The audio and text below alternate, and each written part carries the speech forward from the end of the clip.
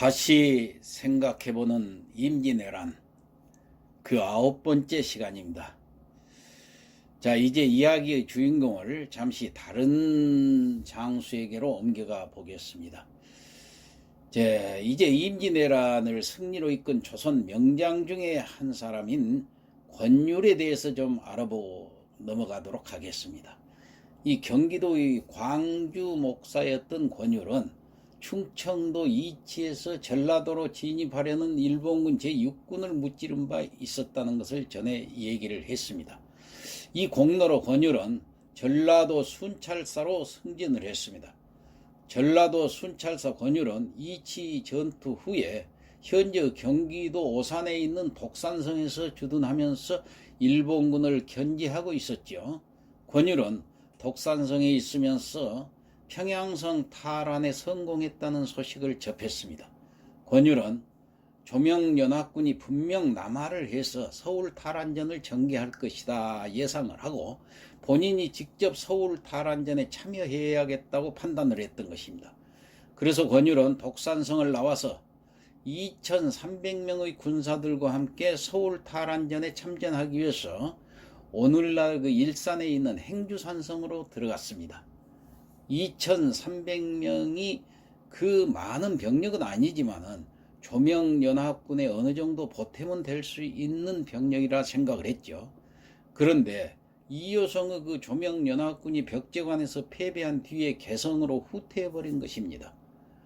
오히려 행주산성이 그래서 고립되어 버린 셈이 되었죠.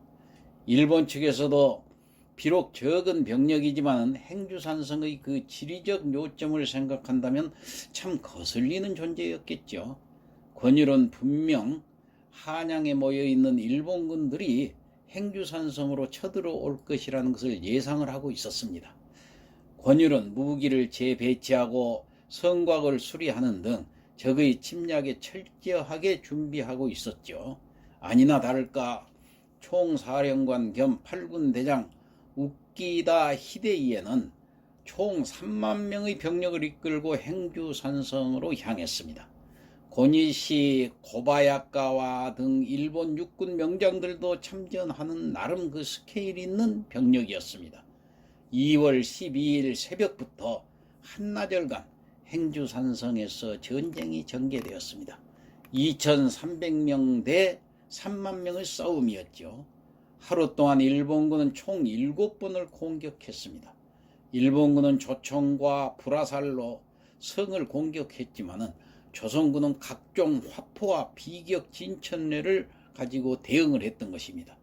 병력의 차이는 일본군이 압도적으로 우세했지만 화력의 차이만큼은 조선군이 더 압도적이었습니다.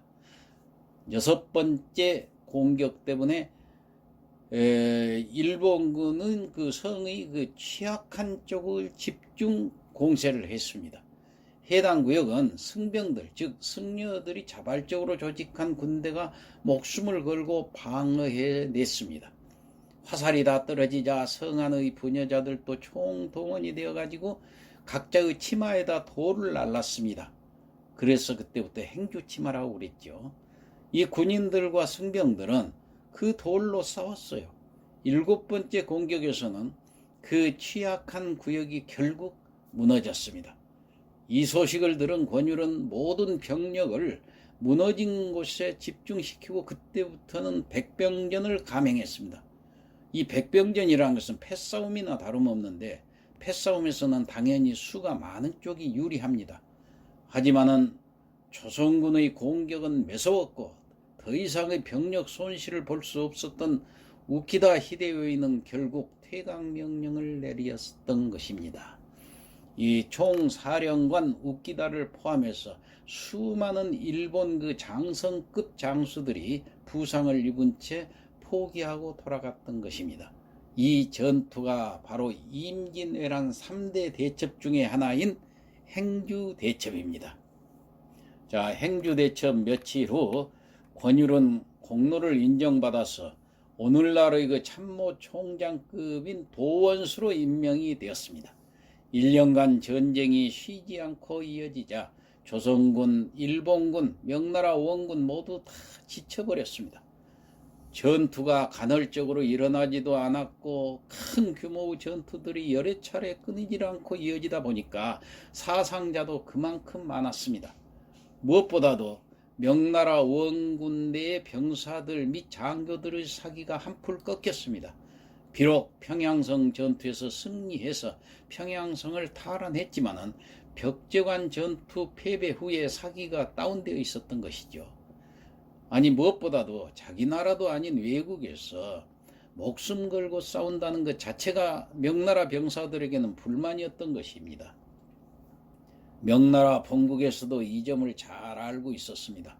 조선이 무너지면은 일본이 중국으로 넘어올 거라는 걸 알기에 일본군을 저지할 필요는 있지만은 명나라 병사들의 사기도 무시할 수 없는 부분이었기에 명나라 조정의 분위기와 조선에 있는 그 명나라 지휘관들의 여론은 강화 협상으로 모아지고 있었던 것입니다. 협상을 통해서 일본군과의 전쟁을 끝낸다면, 아니 최소한 휴전만이라도 결정한다면 일본군의 진격을 저지할 수도, 또 쓸데없이 외국에서 자기 나라 병사들을 희생시킬 필요도 없다고 생각한 것이죠. 이 휴전에 대한 의견은 일본군도 마찬가지였습니다. 속전속결로 조선을 무너뜨리고 요동으로 넘어가자는 처음 그 일본군의 계획은 이미 실패한 것이죠.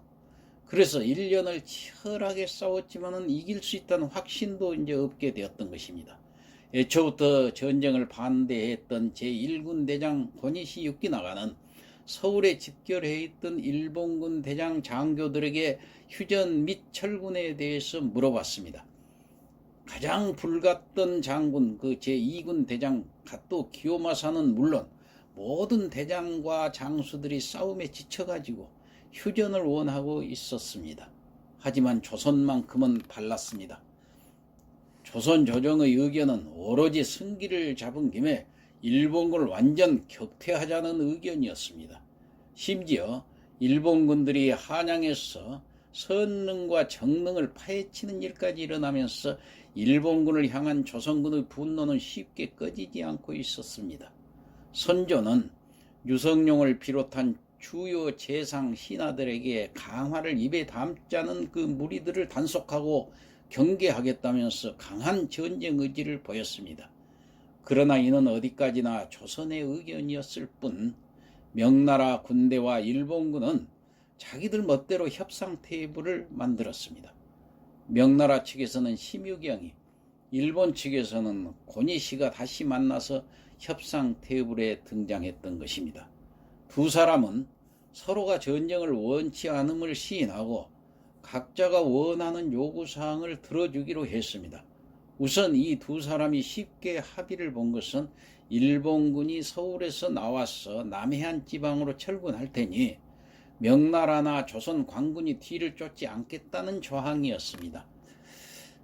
그리고 일본군의 그 포로로 잡혀있던 조선의 그 두 왕자를 풀어주기로 했죠. 그 대신 일전에 광해군의 그 분조가 결정되면서 선조는 다른 왕자들에게도 지방을 순회하며 민심을 살피고 의병을 독촉하라는 지시를 그때 내렸었는데, 이매군과 순하군 이 두 왕자는 오히려 왕자의 신분을 이용해서 조선 백성들을 폭행하거나 백성들의 식량을 강탈하는 등 아주 횡포를 보였습니다. 이래서 이제 화가 난 조선 백성들이 직접 술에 취한 이매군과 순하군을 사로잡아 가지고 일본군에게 갖다 바쳤던 그런 해프닝이 있었던 것이죠. 자, 일본군의 안전한 철수, 또 두 왕자의 송환, 이 두 가지 내용만 결정하고 확실한 그 휴전 결정은 아직 명나라 황제나 도요토미 히데요시 허락이 없었으니까 잠시 미루기로 한 것입니다. 자, 이 협상 테이블 후에 고니시 유키나가는 일본에 있던 도요토미 히데요시에게 협상의 내용을 보고했습니다. 도요토미 히데요시는 마지못해서 협상을 받아들였고 일본군 전군의 철군을 지시했습니다. 병사들이 많이 지쳐있는 것 같으니까 명나라 공략은 잠시 숨을 고른 후에 그때 재개하기로 한 것입니다.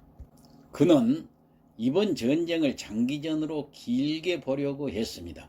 철군 지시를 받은 일본군은 1593년 4월 서울에서 나와서 남해안 지방으로 철군해서 그곳에서 외성을 쌓고 잠시 휴식을 취하기로 했습니다. 그리고 6월 일본군은 두 왕자를 풀어주었습니다. 도요토미 히데요시는 고니시, 우키다, 갓도 등의 그 대장들에게 후퇴 지시와 함께 다른 지령을 내렸습니다. 전 일본군이 남해안에 진을 친 후 진주성을 함락시키라는 지시였습니다. 지난 진주성 전투에 패배했던 그 서력을 하고 휴전을 하는데 앞서 어떻게 해서든 전라도로 들어갈 수 있는 진주성을 함락시켜야 다음 전쟁을 일본이 유리하게 이끌어 나갈 수 있기 때문이었습니다. 자, 앞으로 어떻게 되어 나갈까요? 다음 시간에 계속하겠습니다.